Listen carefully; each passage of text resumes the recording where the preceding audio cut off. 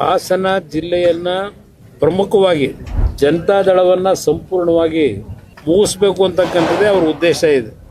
ಈಗಿನ ಸರ್ಕಾರ ಈಗಾಗಲೇ ಹಾಸನ ಜಿಲ್ಲೆಯಲ್ಲಿ 2 ಸಭೆಗಳನ್ನು ಮಾಡಿದ್ದಾರೆ. ಮುಖ್ಯಮಂತ್ರಿಗಳು, ಮಂತ್ರಿಗಳು, ಹಲವಾರು ಉಪಮುಖ್ಯಮಂತ್ರಿಗಳು ಒಳಗೊಂಡಂತೆ ಕಳೆದ 2.5 ವರ್ಷದಿಂದ ಏನೇನು ಮಾಡಿದ್ದಾರೆ ಬಹುಶಃ ಸೂಕ್ಷ್ಮವಾಗಿ ನಮ್ಮ ಕಾರ್ಯಕರ್ತರು ಗಮನಿಸಿದ್ದಾರೆ, ನಾವು ಗಮನಿಸಿದ್ದೇವೆ. ನಾನು ಕಾಂಗ್ರೆಸ್ನ ಮುಖ್ಯಮಂತ್ರಿಯ ಸ್ಥಾನದ ಬಗ್ಗೆ ನಡೀತಾ ಇರತಕ್ಕಂಥ ವಿಷಯಗಳ ಬಗ್ಗೆ ಚರ್ಚೆ ಮಾಡಲಿಕ್ಕೆ ಹೋಗಲ್ಲ. ಈಗ ಅದು ಅವ್ರ ಪಕ್ಷಕ್ಕೆ ಸೇರಿದಂಥದ್ದು, ನನಗೆ ಸಂಬಂಧ ಇಲ್ಲ, ನಮ್ಮ ಪಕ್ಷಕ್ಕೂ ಸಂಬಂಧ ಇಲ್ಲ. ಇವತ್ತು ನಾನು ಮುಖ್ಯಮಂತ್ರಿಗಳಿಗೆ ಇಂದ ಚಾಂಪಿಯನ್ ಅಂತಕ್ಕಂಥ ಒಂದು ಬಿರುದನ್ನು ಕೊಟ್ಕೊಂಡಿದ್ದಾರೆ ಆ ಸಂಘಟನೆಗಳು. ಯಾವ ಮುಸ್ಲಿಮರ ಚಾಂಪಿಯನ್ ಅಂತಾರೆ, OBC ಮತ್ತು ಮುಸಲ್ಮಾನ್ ಬಂಧುಗಳಿಗೆ ಮಕ್ಕಳಿಗೆ ಸ್ಕಾಲರ್ಶಿಪ್ಪನ್ನು ಕೊಡ್ತಕ್ಕಂಥ ಇಶ್ಯೂನಲ್ಲಿ ಸುಮಾರು 1,64,000 ವಿದ್ಯಾರ್ಥಿಗಳಿಗೆ ಈ 3 ವರ್ಷದ ಸ್ಕಾಲರ್ಶಿಪ್ಗಳು ದೊರಕಲಿಲ್ಲ. ಎಲ್ಲ ನನ್ನ ಆತ್ಮೀಯ ಮಾಧ್ಯಮದ ಸ್ನೇಹಿತರೆ, ನಮ್ಮ ರಾಷ್ಟ್ರೀಯ ಅಧ್ಯಕ್ಷರ ಮಾರ್ಗದರ್ಶನದಲ್ಲಿ ಈಗಾಗಲೇ ಜಾತ್ಯತೀತ ಜನತಾದಳದ 25 ವರ್ಷಗಳ ಪಕ್ಷದ ಸಂಘಟನೆಯಲ್ಲಿ ರಾಜ್ಯದಲ್ಲಿ ಒಂದು ಪ್ರಾದೇಶಿಕ ಹಿನ್ನೆಲೆಯನ್ನು ಹೊಂದಿರತಕ್ಕಂಥ ಈ ಒಂದು ಪಕ್ಷ ಬೆಳ್ಳಿ ಹಬ್ಬವನ್ನು ಆಚರಣೆ ಮಾಡ್ತಾ ಇದ್ದೇವೆ. ಈಗಾಗಲೇ ಸಾಂಕೇತಿಕವಾಗಿ ಬೆಂಗಳೂರು ನಗರದ ಪಕ್ಷದ ಆವರಣದಲ್ಲಿ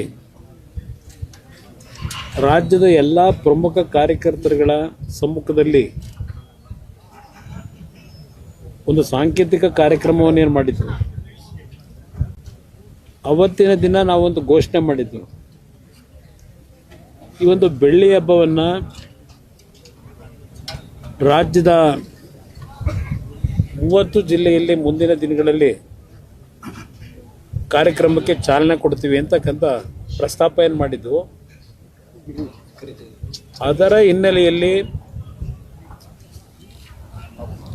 ಹಾಸನ ಜಿಲ್ಲೆಯಲ್ಲಿ ಪ್ರಥಮವಾದಂಥ ಸಭೆ ಬೆಳ್ಳಿ ಹಬ್ಬದ ಆಚರಣೆಯನ್ನು ಮಾಡಬೇಕು ಅಂತಕ್ಕಂಥ ನಿರ್ಧಾರ ಮಾಡಿ ಜಿಲ್ಲೆಯ ಎಲ್ಲ ನಮ್ಮ ಪ್ರಮುಖ ನಾಯಕರುಗಳು, ಮಾಜಿ ಶಾಸಕರುಗಳು ಎಲ್ಲರೂ ಸೇರಿ ಮಾಜಿ ಸಚಿವರಾಗಿರ್ತಕ್ಕಂಥ ರೇವಣ್ಣ ಅವರ ಜೊತೆಗೂಡಿ ಪಕ್ಷದ ನಿಷ್ಠಾವಂತ ಕಾರ್ಯಕರ್ತರುಗಳೆಲ್ಲ ಕಳೆದ ಒಂದು ವಾರದಿಂದ ಇದೇ ತಿಂಗಳು 24ನೇ ತಾರೀಕಿನಂದು, ಅಂದರೆ ಇನ್ನು 3 ದಿನಗಳಿದೆ, ಪ್ರಥಮ ಸಭೆ ಹಾಸನ ಜಿಲ್ಲೆಯಲ್ಲೇ ಮಾಡಬೇಕು ಅಂತಕ್ಕಂಥದ್ದು ಅವರೆಲ್ಲ ಅಭಿಪ್ರಾಯದ ಹಿನ್ನೆಲೆಯಲ್ಲಿ ಈ ಕಾರ್ಯಕ್ರಮ ಏರ್ಪಾಡು ಮಾಡಿದ್ದೇವೆ. ಅದರ ಜೊತೆಯಲ್ಲಿ ಈಗಿನ ಸರ್ಕಾರ ಈಗಾಗಲೇ ಹಾಸನ ಜಿಲ್ಲೆಯಲ್ಲಿ 2 ಸಭೆಗಳನ್ನು ಮಾಡಿದ್ದಾರೆ. ಮುಖ್ಯಮಂತ್ರಿಗಳು, ಮಂತ್ರಿಗಳು, ಹಲವಾರು ಉಪಮುಖ್ಯಮಂತ್ರಿಗಳು ಒಳಗೊಂಡಂತೆ ಹಾಸನ ಜಿಲ್ಲೆಯನ್ನು ಪ್ರಮುಖವಾಗಿ ಜನತಾದಳವನ್ನು ಸಂಪೂರ್ಣವಾಗಿ ಮುಗಿಸಬೇಕು ಅಂತಕ್ಕಂಥದ್ದೇ ಅವರ ಉದ್ದೇಶ ಇದೆ. ಕಳೆದ 2.5 ವರ್ಷದಿಂದ ಏನೇನು ಮಾಡಿದ್ದಾರೆ ಬಹುಶಃ ಸೂಕ್ಷ್ಮವಾಗಿ ನಮ್ಮ ಕಾರ್ಯಕರ್ತರು ಗಮನಿಸಿದ್ದಾರೆ, ನಾವು ಗಮನಿಸಿದ್ದೇವೆ. ಈ ಒಂದು ಹಾಸನ ಜಿಲ್ಲೆಯಲ್ಲಿ 24ನೇ ತಾರೀಕಿನಂದು ಪ್ರಾರಂಭ ಆಗ್ತಕ್ಕಂಥ ಈ ಕಾರ್ಯಕ್ರಮ ಮುಂದಿನ ದಿನಗಳಲ್ಲಿ ರಾಜ್ಯದಲ್ಲಿ ಹಲವಾರು ಜಿಲ್ಲೆಗಳಲ್ಲಿ ಈ ಕಾರ್ಯಕ್ರಮಕ್ಕೆ ದಿನಾಂಕವನ್ನು ನಿಗದಿ ಮಾಡ್ತಾ ಇದ್ದೇವೆ. ಈ ಒಂದು ಕಾರ್ಯಕ್ರಮ ನಾವು ಹಮ್ಮಿಕೊಳ್ತಾ ಇರ್ತಕ್ಕಂಥದ್ದು ಕಾಕತಾಳೀಯ ಅಂತಕ್ಕಂಥದ್ದು ನನ್ನ ಅಭಿಪ್ರಾಯ. ಯಾವ ಸನ್ಮಾನ್ಯ ದೇವೇಗೌಡರ ರಾಜಕಾರಣ, ಬಹುಶಃ ಅವರು ಹಾಸನ ಜಿಲ್ಲೆಯ ಮಣ್ಣಿನಲ್ಲಿ ಜನಿಸಿ ಈ ಒಂದು ಪವಿತ್ರ ಭೂಮಿಯಲ್ಲಿ ಒಂದು ಸಾಮಾನ್ಯ ರೈತ ಕುಟುಂಬದಲ್ಲಿ ಜನಿಸಿದಂಥವ್ರು. ಅವರ ರಾಜಕೀಯ ಜೀವನ ಬಹುಶಃ ಒಂದು ಸೊಸೈಟಿಯ ಚುನಾವಣೆ, ಆಂಜನೇಯ ಕೋಆಪರೇಟಿವ್ ಸೊಸೈಟಿನೋ ಯಾವುದೊಂದು ಸೊಸೈಟಿ, ಆ ಹೆಸರಿನಲ್ಲಿ ಪ್ರಾರಂಭ ಆದಂಥ ಸೊಸೈಟಿಯ ಚುನಾವಣೆಯಿಂದ ಅವರ ರಾಜಕೀಯ ಈ ಜಿಲ್ಲೆಯಲ್ಲಿ ಪ್ರಾರಂಭ ಆದಂಥದ್ದು. ಅವರ ಸುದೀರ್ಘವಾದಂಥ ರಾಜಕಾರಣದಲ್ಲಿ 62 ವರ್ಷಗಳನ್ನು ಸವದಿದ್ದಾರೆ. ರಾಜಕಾರಣದಲ್ಲಿ ಮೊದಲನೇ ಬಾರಿಗೆ ಅವರು ವಿಧಾನಸಭೆಗೆ ಆಯ್ಕೆಯಾದಂಥದ್ದು 62ರಲ್ಲಿ.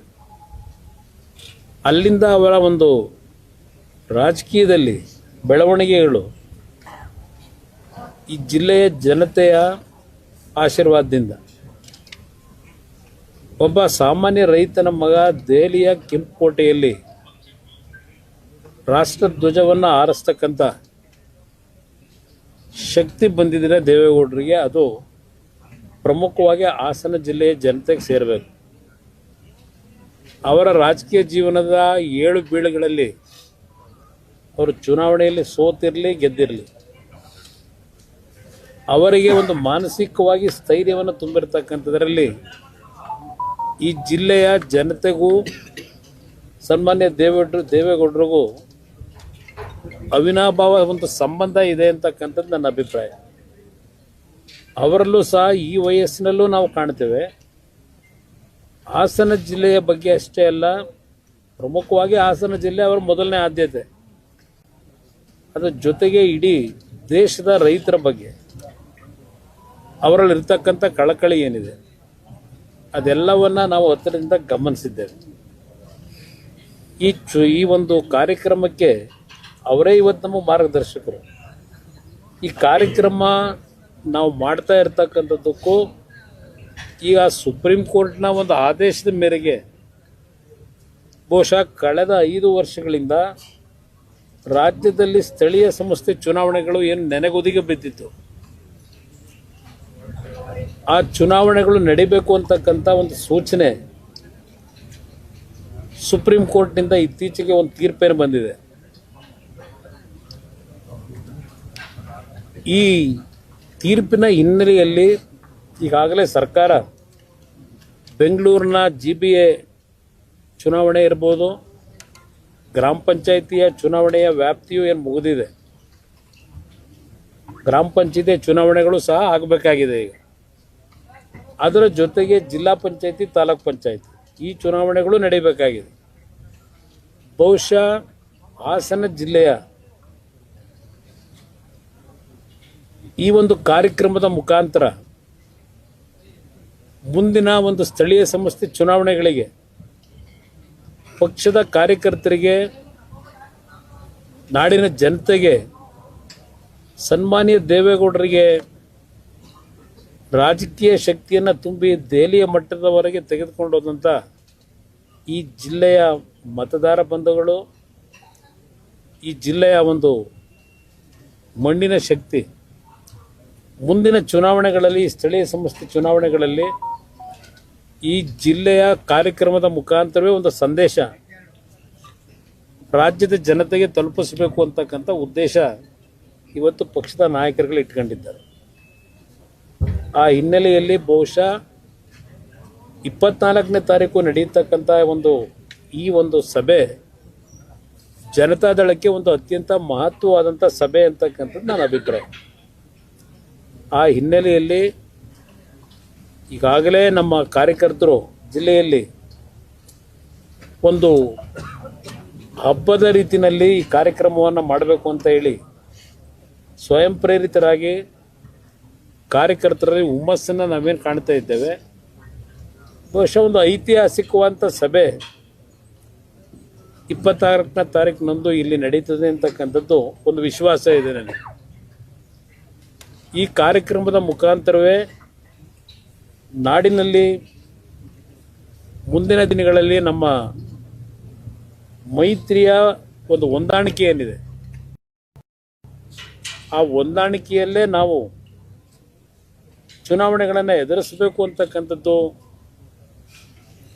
ನಮ್ಮ ಆದ್ಯತೆಗಳೇನಿದೆ ಆ ನಿಟ್ಟಿನಲ್ಲಿ ಇವತ್ತು ಈ ರಾಜ್ಯದಲ್ಲಿ ಯಾವೊಂದು ಕಾಂಗ್ರೆಸ್ನ ಸರ್ಕಾರ ಇದೆ, ಬಹುಶಃ ನಾಡಿನಲ್ಲಷ್ಟೇ ಅಲ್ಲ ಇಡೀ ದೇಶದಲ್ಲೇ ಇಂಥ ಒಂದು ಕೆಟ್ಟ ಸರ್ಕಾರವನ್ನು ನಾವು ನೋಡ್ಲಿಕ್ಕೆ ಸಾಧ್ಯ ಇಲ್ಲ. ನಾನು ಕಾಂಗ್ರೆಸ್ನ ಮುಖ್ಯಮಂತ್ರಿಯ ಸ್ಥಾನದ ಬಗ್ಗೆ ನಡೀತಾ ಇರತಕ್ಕಂಥ ವಿಷಯಗಳ ಬಗ್ಗೆ ಚರ್ಚೆ ಮಾಡಲಿಕ್ಕೆ ಹೋಗಲ್ಲ. ಈಗ ಅದು ಅವ್ರ ಪಕ್ಷಕ್ಕೆ ಸೇರಿದಂಥದ್ದು, ನನಗೆ ಸಂಬಂಧ ಇಲ್ಲ, ನಮ್ಮ ಪಕ್ಷಕ್ಕೂ ಸಂಬಂಧ ಇಲ್ಲ. ಇವತ್ತು ನಾನು ಈ ಸರ್ಕಾರಕ್ಕೆ ಕೇಳಲಿಕ್ಕೆ ಬಯಸ್ತೀನಿ, ಮುಖ್ಯಮಂತ್ರಿಗೂ ಕೇಳಲಿಕ್ಕೆ ಬಯಸ್ತೀನಿ, ನಾಡಿನಲ್ಲಿ ಈಗೇನೋ ಅವರ ಪಕ್ಷದಲ್ಲಿ ನಡೀತಿರ್ತಕ್ಕಂಥ ಈ ಒಂದು ಮುಖ್ಯಮಂತ್ರಿಯ ಕುರ್ಚಿಯ ಕಲಹದಲ್ಲಿ 5 ಕಡೆ ಅಹಿಂದ ಬೆಂಬಲಿತ ಸಮಾವೇಶವನ್ನು ನಡೆಸಲಿಕ್ಕೆ ಹೊರಟಿದ್ದಾರೆ. ಇವತ್ತು ನಾನು ಮಾಧ್ಯಮದಲ್ಲಿ ಗಮನಿಸ್ತಾ ಇದ್ದೆ, ಈ ಅಹಿಂದ ಹೆಸರಿನಲ್ಲಿ ಯಾವೊಂದು ಸಭೆ ನಡೆಸ್ತಾ ಇದ್ದೀರಿ, ನಾನು ಒಂದು ಪ್ರಶ್ನೆಯನ್ನು ಇಡ್ಲಿಕ್ಕೆ ಬಯಸ್ತೀನಿ. ಮುಖ್ಯಮಂತ್ರಿಗಳಿಗೆ ಅಹಿಂದ ಚಾಂಪಿಯನ್ ಅಂತಕ್ಕಂಥ ಒಂದು ಬಿರುದನ್ನು ಕೊಟ್ಕೊಂಡಿದ್ದಾರೆ ಆ ಸಂಘಟನೆಗಳು. 2023, 24, 24, 25, 25, 26 ಈ 3 ವರ್ಷದ ಶಿಕ್ಷಣ ಕ್ಷೇತ್ರದಲ್ಲಿ OBCಗೆ ಮತ್ತು ಮೈನಾರಿಟೀಸ್ಗೆ ಯಾವ ಮುಸ್ಲಿಮರ ಚಾಂಪಿಯನ್ ಅಂತಾರೆ, OBC ಮತ್ತು ಮುಸಲ್ಮಾನ್ ಬಂಧುಗಳಿಗೆ ಮಕ್ಕಳಿಗೆ ಸ್ಕಾಲರ್ಶಿಪ್ಪನ್ನು ಕೊಡ್ತಕ್ಕಂಥ ಇಶ್ಯೂನಲ್ಲಿ ಸುಮಾರು 1,64,000 ವಿದ್ಯಾರ್ಥಿಗಳಿಗೆ ಈ 3 ವರ್ಷದ ಸ್ಕಾಲರ್ಶಿಪ್ಗಳು ದೊರಕಲಿಲ್ಲ. 1,64,000 ವಿದ್ಯಾರ್ಥಿಗಳಿಗೆ. ನಾನು ಅದಕ್ಕೋಸ್ಕರಲೇ ಈ ಅಹಿಂದ ಹೆಸರಿನಲ್ಲಿ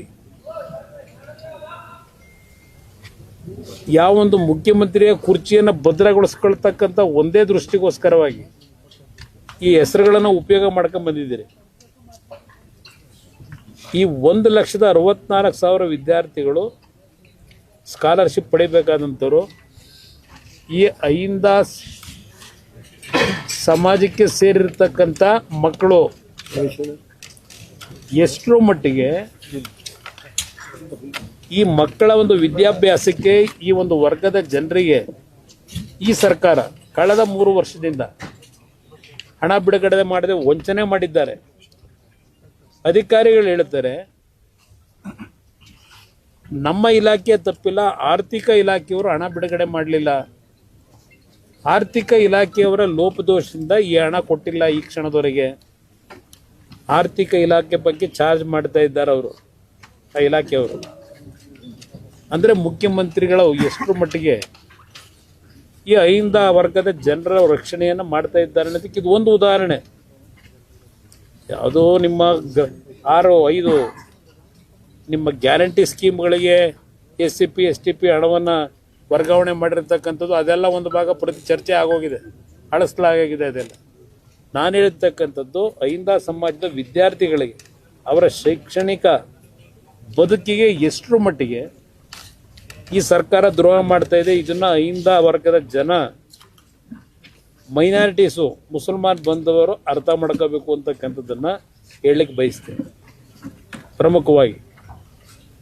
ಇನ್ನು ನೀವು ಮೊನ್ನೆ ಒಂದು ಪತ್ರಿಕೆಯಲ್ಲೇ ಬರೆದಿದ್ದೀರಿ ವಿವರಣೆಯನ್ನು. ಯಾವೊಂದು ರಾಜ್ಯ ಸರ್ಕಾರ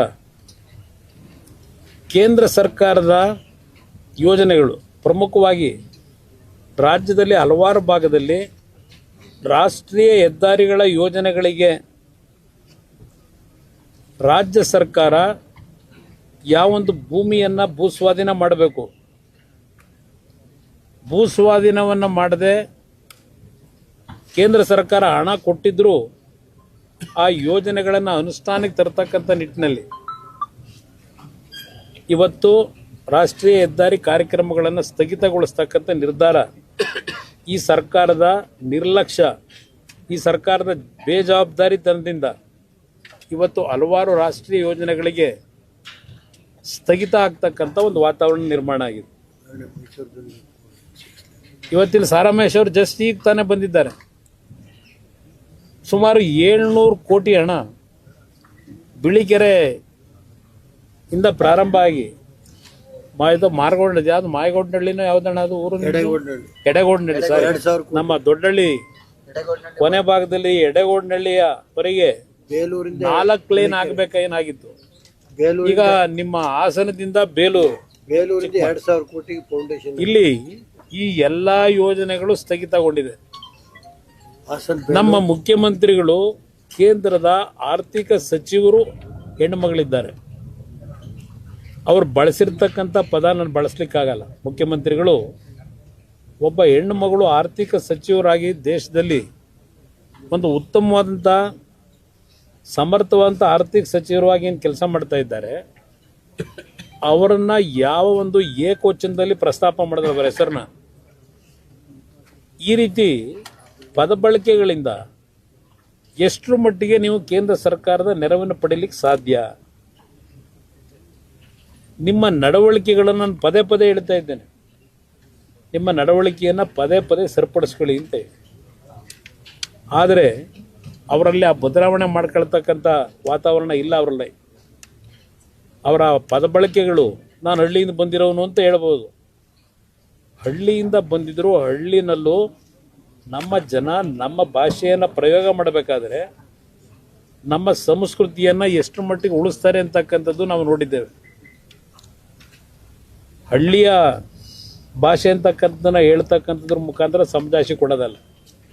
ಅದರಿಂದ ಇವತ್ತು ಪದೇ ಪದೇ ಕೇಂದ್ರ ಸರ್ಕಾರದ ಬಗ್ಗೆ ಏನು ಹೇಳ್ತೀರಿ, ನಿಮ್ಮ ಜವಾಬ್ದಾರಿ ಎಷ್ಟರ ಮಟ್ಟಿಗೆ ನಿರ್ವಹಣೆ ಮಾಡಿದ್ದೀರಿ,